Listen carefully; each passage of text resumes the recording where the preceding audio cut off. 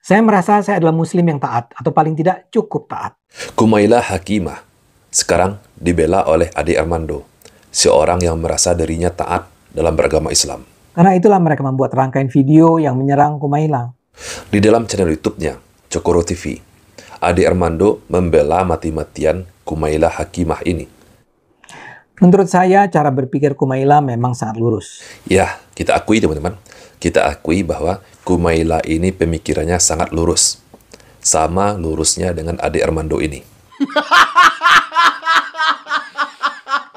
Namun kita tidak tahu barometer apakah yang digunakan oleh Ade Armando ini sehingga bisa menilai pemikiran Kumaila ini sangat lurus, selurus dirinya.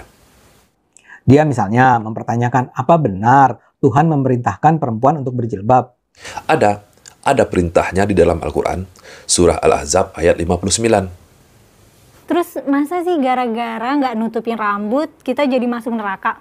Dia misalnya mempertanyakan apa benar Tuhan melarang umat Islam makan babi. Allah juga melarang kita makan babi. Ada dalilnya di dalam Al-Quran. Di dalam Al-Quran, surah Al-Baqarah ayat 173.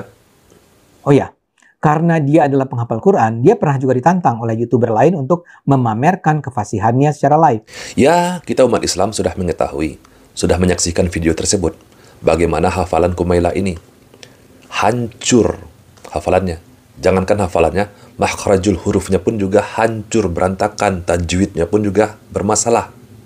Terbukti, tentu saja, dia memang bisa menghafal Al-Quran. وَيَعْبُدُونَ مِن دُونِ اللَّهِ مَا لَا يَضُرُّهُمْ ما لا يملك مَا لَا يَمْلِكُ لَهُمْ ضَرًّا ما لا يملك لهم رزقا وَيَسْتَعْجِلُونَك بِالْعَذَابِ وَهُمْ وَيَسْتَعْجِلُونَك بِالْعَذَابِ ولن يخلف الله وَلَن يُخْلِفَ اللَّهُ عَلَيْهِمْ ولن يخلف الله وعده وَلَن يُخْلِفَ اللَّهُ وَعْدَهُ وإن يوما على عند ربك وإن يوما عند ربك كألف سنة. Kemarin hanya dites beberapa ayat saja. Salah semuanya. Apalagi jika dites 30 juz. Namun Kumaila menolak tawaran rumah itu. Kepada saya dia bilang, dia merasa hafalan Al-Quran seharusnya bukan sesuatu yang perlu dikompetisikan. Ya iyalah, Kumaila ini kan hebat. Kumaila ini kan rendah diri. Dia tidak mau mendapatkan hadiah rumah. Karena bagi dia menghafal Al-Quran itu bukan untuk diperlombakan. Wah, luar biasa. Memang Kumaila ini kita akui, teman-teman. Memang kita akui bahwa Kumaila ini bukan rendah diri sebetulnya, tetapi tahu diri. Mereka menuduh Kumaila menjadi aneh karena depresi, karena terkena penyakit mental, atau karena sakit jiwa. Tunggu dulu Bang Ade, tunggu dulu. Ini bukan tuduhan semata.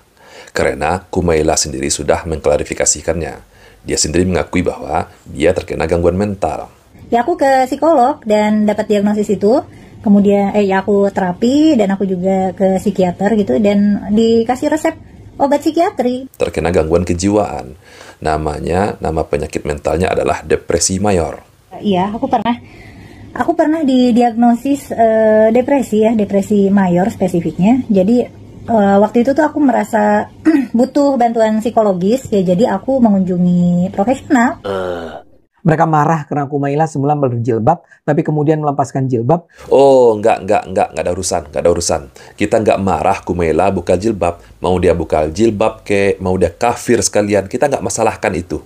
Tapi ketika dia berbicara bahwa tidak ada perintah di dalam Al-Quran, bahwa Allah memerintahkan muslimah untuk berjilbab, ini baru kita permasalahkan. Mereka marah karena Kumaila semula berjilbab, tapi kemudian melepaskan jilbab, dan sekarang justru mengatakan bahwa Tuhan sebenarnya tidak memerintahkan kaum muslimat untuk berjilbab. Tuhan sebenarnya tidak memerintahkan kaum muslimat untuk berjilbab. Tuhan sebenarnya tidak memerintahkan kaum muslimat untuk berjilbab. Nah, ini dia masalahnya. Coba buktikan di dalam Al-Quran, adakah Allah melarang perempuan-perempuan untuk menggunakan jilbabnya?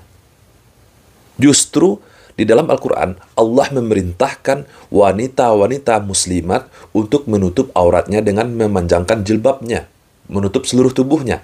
Di dalam Al-Quran, surah Al-Ahzab ayat 59. Karena itulah Kumaila digambarkan sebagai perusak akidah Islam. Kumaila digambarkan sebagai orang yang berusaha menghancurkan Islam. Ya, betul. Memang dia adalah seorang perusak agama Islam, merusak syariat Islam, merusak akidah Islam. Dia mengaku sebagai seorang yang hafizah, yang hafal Al-Quran, tetapi tidak percaya dengan Al-Quran itu sendiri. Buktinya, dia tidak percaya jin. Percaya jin kan? Enggak. Enggak ya? Kenapa enggak percaya jin? Karena menurut aku segala hantu-hantuan dan makhluk gaib ini terikat pada konteksnya gitu. Kalau misalnya kita lihat sejarahnya kan sebenarnya jin itu tuh hantu gurun pasir, hantu padang pasir. Iya benar. Jadi Gimana sejarahnya jin coba. Jin ini tuh kepercayaan kuno orang Arab. Padahal di dalam Al-Quran dijelaskan tentang keberadaan jin. Di dalam surah Al-Jin contohnya. Dia juga menyatakan bahwa kisah-kisah Nabi, kisah-kisah Rasul di dalam Al-Quran itu hanyalah dongeng. Ini kalau tidak merusak, apa namanya? Nabi Adam dan banyak nabi-nabi lain itu sebenarnya figur ahistoris. Figur-figur yang sebenarnya tidak ada dalam lini masa sejarah, tapi diceritakan berulang-ulang gitu. Jadi levelnya sama seperti alegori atau legenda gitu. Kita sering dengar ya cerita-cerita tentang nabi-nabi. Ada nabi yang membunuh anak kecil, ada nabi yang bisa masuk ke dalam api dan lain sebagainya itu. Itu dongeng apa sejarah sih? Waduh. Jadinya kalau aku menyimpulkan itu dongeng. Dia juga tidak mempercayainya adanya hari pembalasan, hari kebangkitan. Dia juga tidak mempercayainya adanya surga dan neraka. Saya merasa saya adalah muslim yang taat, atau paling tidak cukup taat. Apa buktinya? Apa buktinya Anda sebagai seorang muslim yang taat dalam beragama? Sebagai seorang yang taat dalam beribadah, dalam agama, dia wajib taat kepada Allah dan Rasul-Nya. Dan bagaimana dia memahami agama ini dengan benar, sesuai dengan pemahaman para sahabat. Sekarang apa buktinya? Saya sholat 5 kali, walau mungkin saya cukup rileks menjalankannya. Apa maksudnya Anda rileks dalam mengerjakannya? Saya lazim melakukan penggabungan sholat.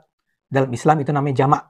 Orang yang menjamak sholatnya, itu karena ada unsur syar'inya, ada ruksoh, ada keringanan ketika dia sedang melakukan perjalanan, sedang safar. Kalau tidak ada unsur syar'i, tidak safar, kenapa Anda harus melakukan jamak ini? Menjamak sholat ini?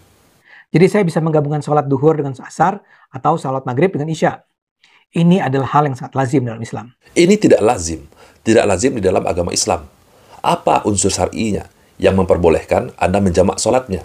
Kecuali jika Anda benar-benar ada unsur syar'i yang memperbolehkan Anda melakukan jamak sholat. Seperti dalam safar contohnya. Jadi, apa alasan Anda? Saya tidak merasa harus ada alasan kuat untuk melakukan jamak. Ya, nggak bisa seperti itu. Nggak bisa. Tadi katanya Anda adalah seorang muslim yang taat. Kalau taat, harus kita ikuti aturan yang ada di dalam agama ini. Bukan seenaknya membuat aturan sendiri. Saya adalah muslim yang menjalankan perintah yang disampaikan Nabi Muhammad. Saya adalah muslim yang sangat percaya dengan ajaran Islam. Jangan omdo saja, Om Ade. Jangan omdo saja, omong doang. Buktikan taat itu sesuai dengan perintah Nabi kita. Mentaati Allah dan Rasul-Nya. Bukan bikin ajaran sendiri. Bukan bikin aturan sendiri dalam agama ini. Memang harus pula saya beri catatan. Saya adalah muslim yang taat, tapi percaya di dunia ini bukan hanya Islam agama yang benar. Oh, jadi ini contoh muslim yang taat. Yang mempercayai semua agama itu benar. Kenapa? Kenapa tidak Anda lakukan setiap hari Minggu ke gereja? Atau pada hari-hari tertentunya Anda juga melakukan ibadah-ibadah agama lain? Kan semua agama itu benar. Ke biara, ke gereja, ke masjid, bertapa, semedi. Saya percaya semua agama benar.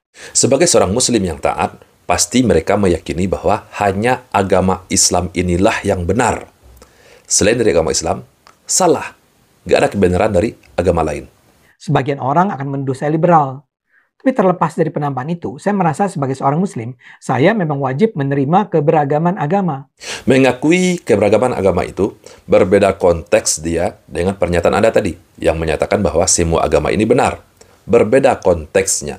Bagi seorang muslim, wajib meyakini bahwa hanya Islamlah agama yang benar. Terserah bagi mereka. Bagi Nasrani, ya silahkan saja. Jika mereka meyakini agama mereka lah yang benar. La ikraha fid din. Tidak ada paksaan di dalam agama ini. Saya tidak sedang mendorong umat Islam untuk makan babi ya, tapi barangkali kita layak atau bisa diskusikan kembali apakah pelarangan tersebut memang perlu dipatuhi secara kaku saat ini. Hukum yang sudah ditetapkan oleh Allah di dalam Al-Quran, contohnya seperti babi itu haram, maka akan berlaku sampai akhir zaman.